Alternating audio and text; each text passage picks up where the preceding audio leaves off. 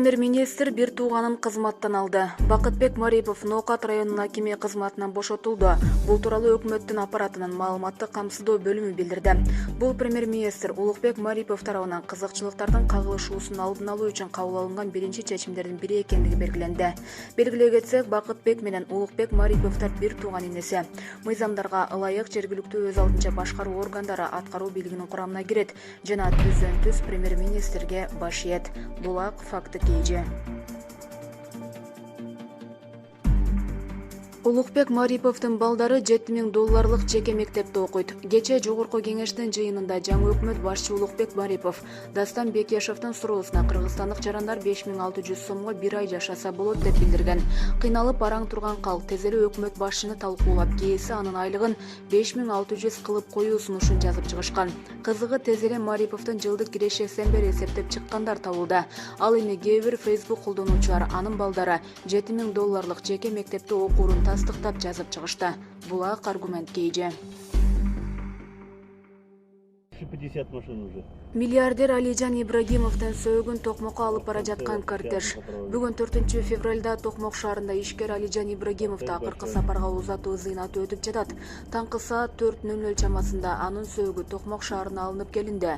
Шаар тургундары Ибрагимовдун үй бүлөсү жашаган үйдү көздөй бара жаткан унаалардын кортежин видеого тартышкан.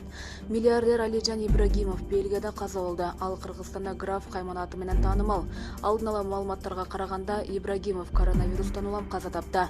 Ибрагимов 1953 жылы 5-июнда Өзбекстандын Фергана облусунда төрөлгөн, Токмок шаарында жашаган. Булак чындык кейжи. Бекешев, эмнеге УКМК үчүн 581 миллион сомго үй курулат да жетимдерге акча жок. УКМК өз кызматкерлерине 9 кабаттан турган 6 турак жай курууга 580 миллион 935 миң сомдук тендер жарыялаган. Жогорку кеңештин депутаты Дастан Бекешев чекистерге кайра-кайра үй кура бербей, турак жайды жетим балдарга салып берүүнү сунуштады. Белгилей кетсек, УКМК өз кызматкерлерине 9 кабаттан турган 6 турак жай курууга 580 миллион 935 миң сомдук тендер жарыялаган. Депутат муну адилетсиз деп эсептейт.